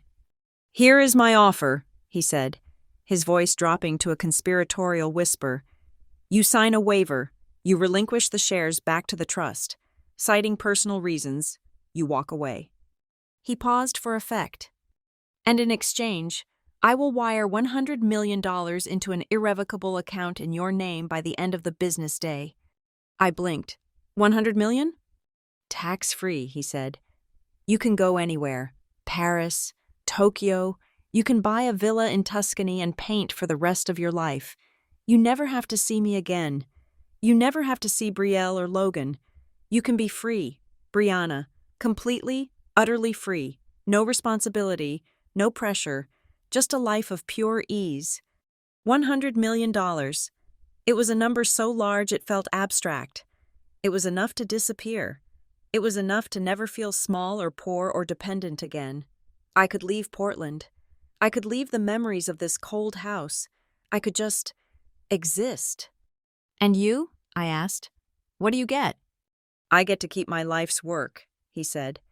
I get to clean up this mess and ensure the stock recovers.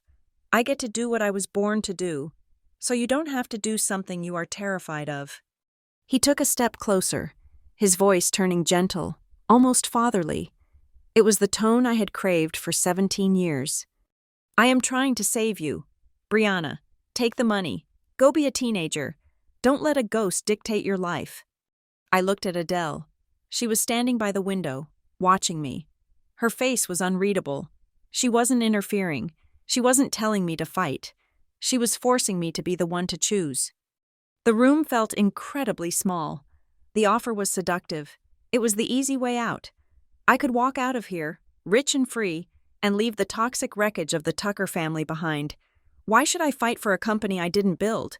Why should I punish myself just to punish him?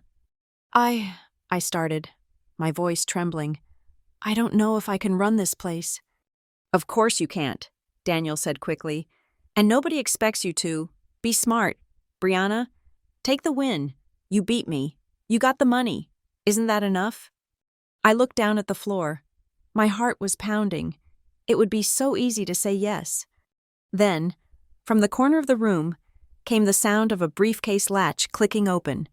Julian Hart stepped forward. He hadn't spoken a word until now. He placed a single sheet of paper on the desk next to where my father was leaning. There is one detail you omitted. Daniel, Julian said. His voice was dry and devoid of emotion. Or perhaps you simply forgot. Stay out of this, Julian, my father snapped. This is a family settlement. It is a legal impossibility, Julian corrected. He looked at me. Brianna, before you answer him, you need to understand the full structure of the Elena Vance Trust. Your mother anticipated this moment. She knew Daniel better than anyone. She knew that if the truth ever came out, he would try to buy you off. She knew he would try to use his wealth to silence you. Julian tapped the paper. Clause 9C, the duress provision. He looked directly at my father. If the beneficiary relinquishes the shares under pressure or settles for a cash buyout before the age of 25, the shares do not revert to the trustee. They do not go back to Daniel Tucker. My father went still. What are you talking about? If Brianna declines the inheritance, Julian said, his eyes hard, the entire 51% stake is automatically liquidated. The proceeds are then immediately transferred to a charitable foundation established in Elena Vance's name, dedicated to supporting victims of financial abuse. The voting rights dissolve. The company becomes publicly held, dispersed among minority shareholders. Julian paused, letting the weight of the words settle. If she takes your money, Daniel, you don't get the company back. You lose control completely. The board will fire you within the hour because you will no longer have the protection of the family trust. You will be nothing more than a disgraced ex-CEO with a minority stake. My father stared at the paper. His face turned a shade of gray I hadn't seen before. She did that? He whispered. She wrote that in? She wanted to make sure that you could never profit from bullying her daughter. Julian said, So, the offer you just made is worthless. You can't buy the shares, Daniel, because if she sells them, they vanish. I looked at my father. The mask had slipped completely. He wasn't trying to save me. He wasn't trying to help me. He was trying to trick me into neutralizing myself so he could scavenge the wreckage. He knew that if I quit, the chaos would be immense, but he thought he could maneuver through it better than he could maneuver through me. But my mother had checkmated him from the grave. I realized then what this was really about. It wasn't about money. It wasn't about comfort. It was about erasure. Even now, facing total defeat, his only goal was to make me disappear. He couldn't stand the idea of me existing in his world. If I took the money, I would be doing exactly what he wanted. I would be vanishing. I would be proving him right, that I was weak, that I was purchasable, that I was just a frightened child. I thought about the blue silk dress. I thought about Adele waiting 17 years. I thought about my mother, dying in that big, cold house, recording her own heartbreak to save me. If I walked away now, I wasn't just leaving a company, I was leaving her. I looked up. The fear was still there, but it was different now. It wasn't the paralyzing fear of a child. It was the focused, cold fear of someone standing on a precipice and deciding to jump. You are right, Dad, I said quietly. He looked up, a flicker of hope in his eyes. I am 17, I said. I am scared, and I probably don't know how to run this company yet. I stepped closer to him. But I have Adele, I have Julian, and I have the one thing you never had. And what is that? He sneered. I have nothing to hide, I said. I don't have to lie to the board. I don't have to fake medical records. I don't have to bribe my family. I can walk into that room and tell the truth. You will destroy the stock price, he hissed. Maybe, I shrugged, but I will build it back, my way. I turned to Julian. Thank you for telling me. Then I turned to Adele. She was smiling. It was a fierce, proud smile. I am not signing anything, I told my father. I am not taking your money, and I am not disappearing. Brianna, listen to me, he started, reaching for my arm. I pulled back. No, you listen. We are done negotiating in back rooms. We are done with secrets. I walked to the door and put my hand on the handle. The board is waiting, I said, and I want to give them my answer in the light, where everyone can see. Don't do this, Daniel pleaded. It was a whisper, stripped of all arrogance. It was the sound of a man who knew the end had come. Please. I looked at him one last time. You should have thought about that before you signed the papers. Dad. I opened the door. The hallway was bright. The hum of the office sounded like life. I stepped out, leaving the dark little room behind. Adele and Julian followed me. My father stayed behind for a moment, standing in the shadows of his own making, before slowly, painfully, following us toward his judgment. When we walked back into the boardroom, the atmosphere had shifted. The air conditioning was still humming, and the city lights outside were still shining, but the power dynamic in the room had completely inverted. The board members were seated. My father stood at the end of the table, his hands gripping the back of his leather chair as if it were a life raft in a storm. Arthur Sterling stood up. He didn't look at my father. He looked at me. "Please, have a seat, Ms. Tucker," he said, gesturing to the empty chair at the head of the table, the chair opposite my father. I walked over. My legs felt heavy, but I didn't stumble. I sat down. Adele stood to my right, and Julian Hart stood to my left. "The board has reviewed the evidence," Arthur announced, his voice steady and devoid of the hesitation he had shown earlier. "We have verified the authenticity of the termination of parental rights. We have verified the court order granting guardianship to Adele Price, and with the counsel of Mr. Hart, we have interpreted the bylaws of the Elena Vance Trust." He paused, adjusting his glasses. "The board recognizes the immediate transfer of ownership, as of yesterday afternoon. 51% of the voting shares of Tucker Vertex Holdings belong to Brianna Tucker." My father made a sound that was half laugh, half sob. "You are making a mistake," he whispered. "You are handing a Ferrari to a toddler. She will drive it off a cliff." "That is no longer your concern, Daniel," Mrs. Galloway said from down the table. "It is my concern," Daniel shouted, his composure finally snapping. "I am the CEO. I am the face of this company. You think the market cares about a will from 20 years ago? They care about stability. They care about profit. If you let her take control, the stock will tank, the employees will riot. She will destroy everything I built."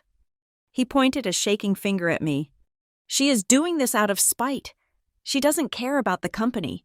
She just wants to hurt me. She will burn this place to the ground just to watch me choke on the smoke." The room went silent. All eyes turned to me. They were waiting for the angry teenager. They were waiting for the girl who had screamed in the hallway. But I didn't scream. I felt a strange, cold calm settle over me. It was the calm of someone who finally realized the monster in the closet was just a man in a suit. I reached forward and pressed the button on the microphone in front of me. "I am not going to burn anything down. Dad," I said. My voice was level, echoing slightly in the large room. "And I am not going to destroy the company." I looked at him, really looked at him.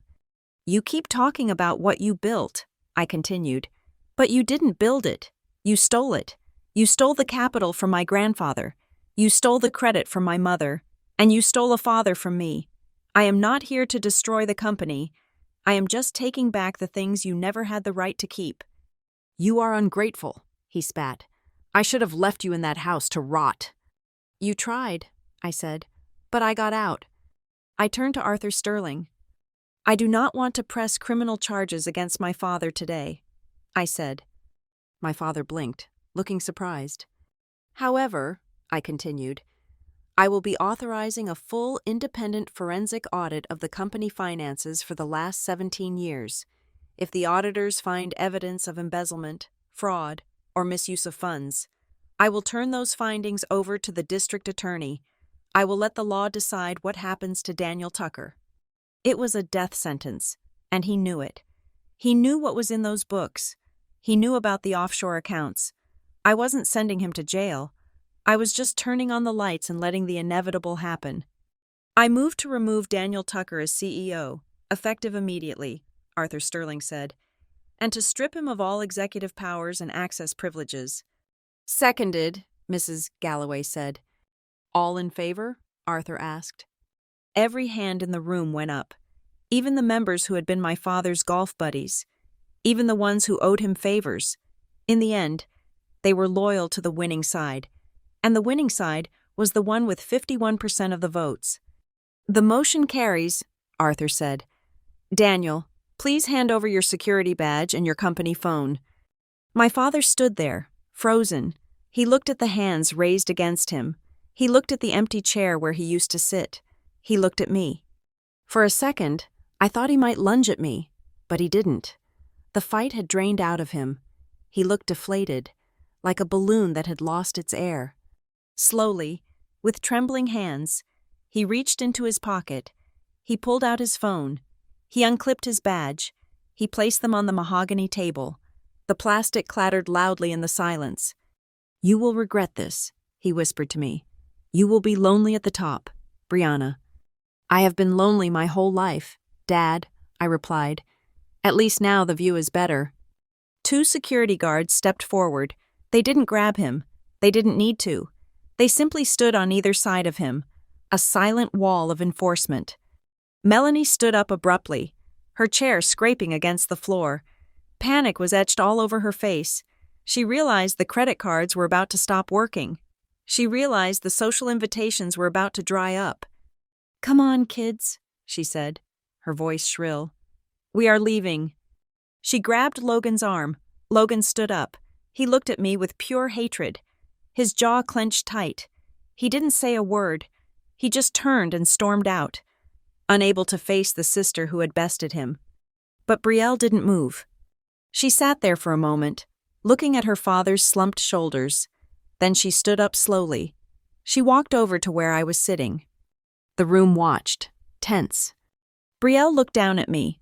She didn't look like the mean girl from the kitchen anymore. She looked tired. She looked like someone waking up from a long, bad dream. "He lied to us," she said quietly, "about everything." "I know," I said. "I don't expect you to forgive me," Brielle said. "I was awful to you. I know that." She paused, looking at our father being escorted toward the door. "Maybe this family has been wrong to you for too long," she said. It wasn't a hug. It wasn't a promise of sisterhood, but it was the truth. And coming from Brielle, that was a miracle. She turned and walked out, not waiting for her mother. Finally, the guards gestured to Daniel. He didn't look back. He walked out of the boardroom, a man stripped of his title, his power, and his family. He walked out into a future of lawsuits and investigations, a future where he was no longer the king. The heavy doors closed behind him with a final, decisive click. The room let out a collective breath. "Ms. Tucker," Arthur Sterling said, his voice respectful, "we have a lot of work to do, but perhaps we can start tomorrow." I nodded. "Tomorrow." Adele and I left the building an hour later. We didn't go back to the mansion. I had the staff pack my things. I would never sleep in that house again. We went to the roof of the Crown Summit Hotel instead. It was quiet up there, the wind whipping around us, cold and clean. The city of Portland was spread out below us, a grid of golden lights in the darkness. I walked to the railing and looked down.